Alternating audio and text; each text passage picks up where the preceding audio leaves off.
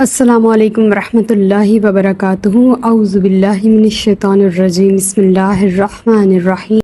آیت نمبر 25۔ لقد بے شک نصرکم اللہ، مدد فرمائی تمہاری اللہ نے، فی مواطن میدانوں میں، کثیرتن جنگی میدانوں میں بہت سی، و یوم حنین اور حنین کے روز بھی، اذ جب، اعجبتکم تمہیں غرور میں ڈال دیا، گھمنڈ میں ڈال دیا، کثرتکم تمہاری کثرت نے، فلم تغنی تو نہ فائدہ دیا، عنکم تمہیں شیئن کچھ بھی، یعنی کہ تمہاری کثرت نے تمہیں فائدہ نہیں دیا، وضاقت اور تنگ ہو گئی، علیکم الارض تم پر زمین، بما رحبت اس کی وسعت کے باوجود، ثم پھر ولیتم مدبرین تم پیٹھ پھیرتے ہوئے مڑے۔ اس دن کیا ہوا تھا؟ مکہ مکرمہ فتح ہو چکا ہوا تھا اور جتنا بھی کفر و شرک تھا اس کا غرور خاک میں مل چکا ہوا تھا۔ 15 دن تک مسلمان امن و سکون کے ساتھ مکہ میں ٹھہرے ہوئے تھے اور طواف کعبہ کر رہے تھے، اپنی حسرتیں پوری کر رہے تھے، اپنی دلی خواہشات پوری کر رہے تھے۔ 10 سال کے بعد اللہ کریم نے یہ دن دکھایا تھا۔ تب پتہ چلا کہ حوازن اور ثقیف کے قبیلے جنگ کی تیاری کر رہے ہیں، تو نبی کریم صلی اللہ علیہ وآلہ وسلم نے اپنے لشکر کا رخ کیا اور فرمایا کہ دیکھیں کتنی تعداد ہے، تو 12,000 تعداد تھی، 10,000 انصار اور مہاجرین تھے اور 2,000 مکے کے نو مسلم تھے، ان میں بعض مشرک بھی شامل ہو گئے تھے۔ تو جب مسلمانوں نے 12,000 کا لشکر دیکھا نا، تو دل ہی دل میں خیال کرنے لگے کہ آج ہمیں کوئی نہیں ہرا سکتا۔ آپ آیت کا حصہ دیکھیں، اذ اعجبتکم کثرتکم، جب تمہیں تمہارے ہی کثرت نے غرور میں ڈال دیا، گھمنڈ میں ڈال دیا کہ آج ہمیں کوئی ہرا نہیں سکتا۔ تو جب یہ لشکر حنین کی وادی میں پہنچا، یہ حنین کی وادی مکہ سے تقریباً 3 میل کے فاصلے پر ہے، تو مالک بن عوف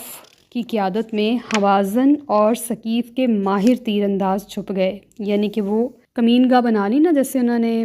آج کل بنا لیتے ہیں کسی بھی اسکول میں، یا چوکیاں سی بنا کے بیٹھ جاتے ہیں نا، تو اس طرح وہ بھی چوکی بنا کر بیٹھ گئے تھے۔ جب انہوں نے دیکھا کہ مسلمان ارد گرد، مسلمانوں کو کوئی بھی اپنا دشمن نظر نہیں آیا اور مسلمان ان تیر اندازوں کی زد میں آ گئے سارے، تو انہوں نے ایک دم سے حملہ کیا اور اس میں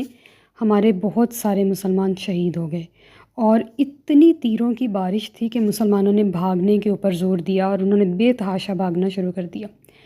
اب کیا ہوا کہ حضرت ابوبکر صدیق رضی اللہ تعالیٰ عنہ، عمر فاروق، عباس، علی، ابو سفیان بن الحارث اور دیگر کچھ صحابہ اکرام رضوان اللہ تعالیٰ علیہم اجمعین وہ رہ گئے، اور اس نازک حالت میں حضور اکرم صلی اللہ علیہ وآلہ وسلم کا جذبہ جہاد دیکھیے کہ آپ سفید خچر پہ سوار ہوئے، اسے ایڑی لگائی اور دشمن کی صفوں میں گھس گئے، یعنی کہ اس کی طرف بڑھایا، اور حضرت عباس رضی اللہ تعالیٰ عنہ نے آپ کے جو سفید خچر کی باغ سنبھالی ہوئی تھی، اور ابو سفیان نے رکاب پکڑی ہوئی تھی، اور حضور فرما رہے تھے انا نبی لا کذب، انا ابن عبد المطلب، میں وہ نبی ہوں جو سچا ہے اور میں ابن عبد المطلب ہوں، عبد المطلب کا بیٹا ہوں۔ اور آپ نے کنکریوں سے بھری ہوئی ایک مٹھی اس دشمن کے لشکر کی طرف پھینکی، اور کوئی کافر ایسا نہیں تھا کہ جس کی آنکھوں میں وہ کنکری نہ گئی ہو۔ اللہ نے آسمان سے فرشتوں کا لشکر بھی اتارا اور ایسے بے جگری سے مقابلہ ہوا کہ دشمن کے پاؤں کھڑ گئے۔ تو جب دشمن بھاگ گیا تو نبی کریم صلی اللہ علیہ وآلہ وسلم نے حضرت عباس رضی اللہ تعالیٰ عنہ سے فرمایا کہ بلند آواز سے مہاجرین اور انصار کو پکارو۔ حضرت عباس رضی اللہ تعالیٰ عنہ کی آواز تھوڑی سی لاؤڈ تھی، یعنی کہ نیچرلی آپ تھوڑا اونچا بولتے تھے، حالانکہ بارگاہ مصطفی میں اونچا بولنا بے ادبی ہے، گناہ ہے، اعمال کے ضائع ہونے کا سبب ہے، لیکن خود حضور نے ارشاد فرمایا کہ میرے سامنے ان کو پکارو۔ اب آپ نے اپنی جو اللہ تعالیٰ کی عطا کی ہوئی آواز تھی اس سے بلند آواز سے سارے لشکر کو پکارا اور کہا کہ اے گروہ انصار جنہوں نے مہاجرین کو پناہ دی اور نازک اوقات میں اسلام کی مدد کی، اے گروہ مہاجرین جنہوں نے درخت کے نیچے بیعت کی، محمد صلی اللہ علیہ وآلہ وسلم زندہ ہیں، سب ان کے پاس جمع ہو جاؤ۔ بس اتنی سی آواز سننی تھی اور صحابہ اکرام بالکل پروانہ وار دوڑتے چلے آئے اور حضور کے ارد گرد جمع ہو گئے، اور اللہ تعالیٰ نے اسلام کو شاندار کامیابی عطا فرمائی۔ اللہ تعالیٰ فرما رہے تم پر تمہاری زمین تنگ ہو گئی باوجود کشادگی کے، یعنی کہ اتنا بڑا لشکر ہوتے ہوئے بھی ایک دم سے ان تیروں کا سامنا نہیں کر پائے اور اللہ کی زمین تم پر تنگ ہونے لگ گئی اور تم بھاگنے لگ گئے۔ حالانکہ میدان جہاد سے بھاگنا گناہ کبیرہ ہے، لیکن اپنی جان بچا کے وہ ایسے بھاگے کہ انہیں سمجھ نہیں آئی کہ ہم نے کس کے اوپر حملہ کرنا ہے۔ جنگ کے اصول ہے نا، دو دو لوگ کر کے آتے ہیں اور وہ دو دو لوگوں سے جنگ کرتے ہیں، لیکن یہ انہوں نے جنگ کے اصول کی پہلے خود خلاف ورزی کی، چھپ کے حملہ کرنے کی، اور پھر مسلمانوں کو بھاگنے پر مجبور کیا۔ لیکن اس ساری آیات میں اللہ کریم نے غزوہ حنین کا تذکرہ فرمایا، اور دیکھیں ہم نے وہ منظر دیکھا نہیں ہے، لیکن قرآن پاک کی آیات کتنی پیاری ہیں کہ ہمیں اس جہاں میں، اس دور میں دوبارہ لے جاتی ہیں۔ آیت نمبر 26، ثم پھر انزل اللہ نازل فرمائی اللہ نے، سکینتہ اپنی تسکین، علی رسولہ اپنے رسول پر، وعلی المؤمنین اور اہل ایمان پر، وانزلہ اور اتارے، جنوداً لم وہ لشکر جنہیں نہیں تروہا تم دیکھ سکے، وعذب الذین اور عذاب دیا ان کو، کفروا جنہوں نے کفر کیا، وذالک جزاء الکافرین اور یہی سزا ہے کافروں کی۔ نبی کریم صلی اللہ علیہ وآلہ وسلم کو تسکین عطا فرمائیے۔ دیکھیں خاص طور پہ اللہ نے پہلے حضور کا تذکرہ فرمایا، پھر مومنین کا، کہ وہ والا لشکر تو ایک دم بگدڑ سے بھاگ گیا، اور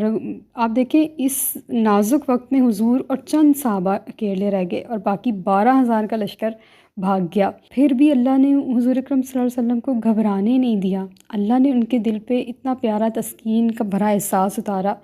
کہ آپ نے اپنے رب کو پکارا اور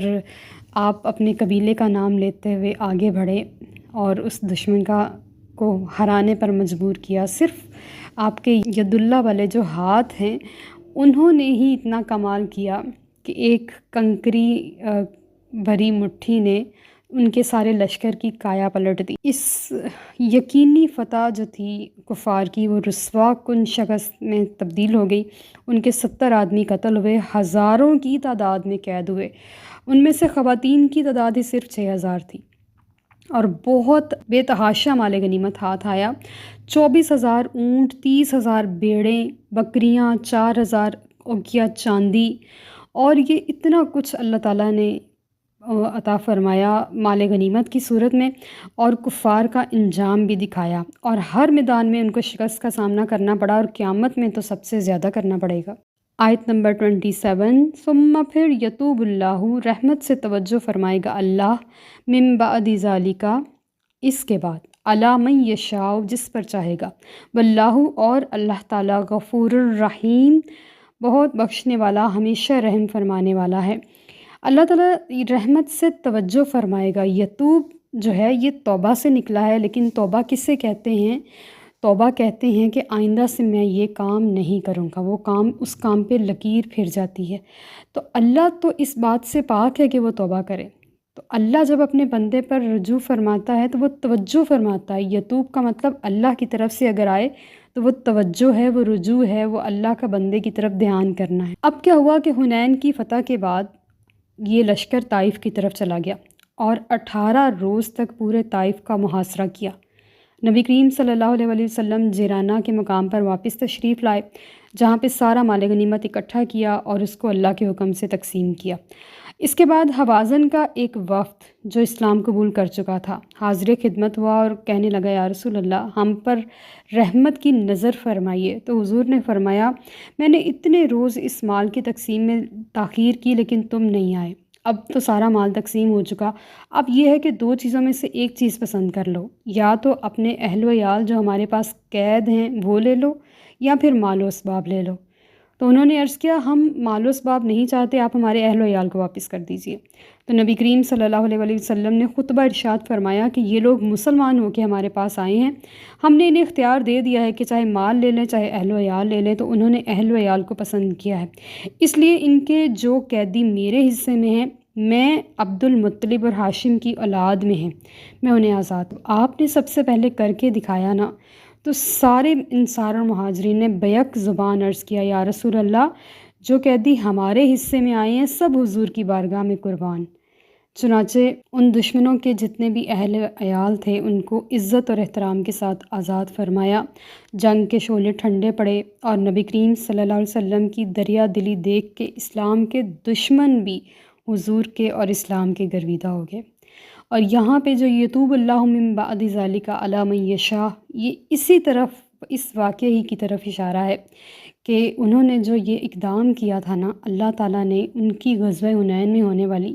ساری غلطیوں کو معافی میں تبدیل کر دیا۔ جو انہوں نے اپنا دیا ہوا مال غنیمت واپس کر دیا حضور کو، اور وہ ان کو آزاد کر دیا، تو اللہ بڑا بخشنے والا، رحم فرمانے والا ہے۔ بعض اوقات انسان کے اعمال ایسے وہ کر جاتا ہے کہ اللہ اس کی لاج رکھتے ہوئے اس کے گناہوں پر لکیر پھیر دیتا ہے، اور بعض اوقات ایسا ہوتا ہے کہ اچھے اعمال بھی نعوذ باللہ استغفر اللہ ضائع ہو سکتے ہیں کسی ایسا عمل کے کر دینے پر جو اللہ کو سخت ناگوار گزرا ہو۔ آیت نمبر 28، یا ایھا الذین آمنو، اے ایمان والو، انما المشرکون، بے شک مشرکین، نجسن، ناپاک ہیں، فلا یقربوا، پس وہ نہ قریب جائیں، المسجد الحرام، مسجد حرام کے پاس بھی، یعنی کہ وہ مسجد حرام کے قریب نہ ہونے پائیں، بعد عامہم ھذا، اس سال کے بعد، وَإِنْ خِفْتُمْ، اور اگر تمہیں خوف ہو، عیلتاً، تنگ دستی کا، فسوف، تو ان قریب، یغنیکم اللہ، تمہیں اللہ غنی کر دے گا، من فضلہ، اپنے فضل سے، ان شاء، اگر چاہے، ان اللہ، بے شک اللہ تعالیٰ، علیم حکیم، جاننے والا، بڑا دانا ہے۔ اس آیت میں مشرکین کو حتمی طور پر کسی بھی مسجد میں اور مسجد حرام میں جانے سے منع فرما دیا گیا۔ ریزن کیا ہے کہ وہ نجس ہیں، ان کا جو اسٹائل ہے عبادت کا وہ مختلف ہے مسلمانوں سے۔ انہوں نے اپنی آستینوں میں، خانہ کعبہ کے اندر باہر ہر جگہ بت رکھے ہوئے تھے، اور ان کا جو طواف کرنے کا طریقہ ہے وہ بھی برہنہ تھا، اور سیٹیاں اور تالیاں بجانا ان کی عبادت تھی۔ یہ سب کچھ نبی کریم صلی اللہ علیہ وآلہ وسلم کی شریعت میں ناجائز ہے، اور وہ نجس قرار دیے ان سارے امور کی وجہ سے اور کلمہ نہ پڑھنے کی وجہ سے۔ اللہ تعالیٰ نے اس آیت میں انہیں حتمی طور پہ منع کر دیا۔ ہمارے ائمہ کا اس امر میں اختلاف ہے۔ امام مالک کے نزدیک کوئی مشرک اشد ضرورت کے بغیر کسی مسجد میں داخل نہیں ہو سکتا۔ امام شافعی کے نزدیک کوئی کافر مسجد حرام میں داخل نہیں ہو سکتا، لیکن دوسری مساجد میں جا سکتا ہے۔ اور امام ابو حنیفہ کے نزدیک ہر مسجد میں کافر داخل ہو سکتا ہے، اور اس آیت کا مطلب یہ ہے کہ حج کرنے اور اپنی مشرکانہ رسوم ادا کرنے کے لیے داخلہ بند، یعنی کہ مختلف اقوال ہیں، لیکن اللہ پاک نے اس سال کے بعد جب فتح مکہ ہو چکا ہوا تھا، کافروں کو ہمیشہ ہمیشہ کے لیے مسجد حرام میں داخلے سے منع فرما دیا، اور وہ اپنی کسی بھی قسم کی مشرکانہ جو رسوم ہیں وہ وہاں ادا نہیں کر سکتے تھے۔ کچھ صحابہ کرام کے دل میں یہ بات آئی کہ اگر ہم بالکل کفار سے کٹ آف کر دیں گے تو ہماری معیشت، یہ ایک سرکل ہوتا ہے جو پوری دنیا میں ایک دوسرے کے ساتھ جڑا ہوا ہوتا ہے، ہماری بھی جو فارن پالیسی ہے، جو ہماری انٹیریئر پالیسی ہے، اس سب میں بھی ہم سب کے ساتھ جڑے ہوئے ہیں، جس کی وجہ سے سب کے کاروبار ایک دوسرے کے ساتھ جڑ کے کامیاب ہوتے ہیں۔ تو وہاں پر بھی یہ سرکل تھا، تو ان کے دل میں یہ خیال آیا کہ اگر ہم مشرکین سے کٹ آف کر دیں گے تو ہمارا سارا معیشت کا پہیہ رک جائے گا اور ہم تنگ دست ہو جائیں گے۔ تو اللہ پاک نے یہ آیت نازل فرمائی، ان کے دلوں میں گزرنے والے خیال کو بھی اللہ پاک نے آیت کا حصہ بنایا کہ تمہیں خوف ہے تنگ دستی کا، اللہ تمہیں رزق عطا فرمائے گا اور اتنا غنی کر دے گا کہ کسی کی حاجت نہیں رہے گی، کسی کے سامنے ہاتھ پھیلانے کی طلب نہیں رہے گی، اللہ تمہیں اپنی بارگاہ سے اتنا بھر دے گا، تو اشیاء کی تنگی بھی دور کر دے گا۔ لہٰذا اپنے دلوں سے یہ خوف نکال دو، کیونکہ خزانے اللہ کے ہاتھ میں ہیں۔ یہاں پہ صدر الفاضل فرماتے ہیں کہ اگر چاہیے، فرمانے میں تعلیم ہے کہ بندے کو چاہیے کہ طلب خیر اور دفع آفات کے لیے ہمیشہ اللہ تعالیٰ کی طرف متوجہ رہے اور تمام امور کو اسی کی مشیت سے متعلق جانے، یعنی کہ انسان کے سامنے کسی بھی قسم کے حالات آ سکتے ہیں، تو وہ کسی بھی قسم کے حالات پہ دوسرے بندے کو دوش نہ دے، بلکہ وہ یہ سمجھے کہ یہ میرے رب کی طرف سے ایک آزمائش ہے جس میں اس نے مجھے مبتلا کیا ہے، اور جب اس نے مجھے مبتلا کیا ہے تو وہ وہی اس آزمائش سے نکالنے والا بھی ہے۔ اور اللہ جب بندے کو عطا فرماتا ہے تو اتنا دیتا ہے کہ اسے غنی کر دیتا ہے، اس کا دھیان دنیا کے کسی شخص کی دولت، جائیداد، کاروبار کی طرف نہیں جاتا، بلکہ اللہ اس کو اپنی جناب سے اتنے خزانے بھر کے دے دیتا ہے۔ وہ جاننے والا ہے، وہ حکمت والا ہے کہ اس نے کب اور کیسے دینا ہے۔ وما علینا الا البلاغ المبین. Like, subscribe and share.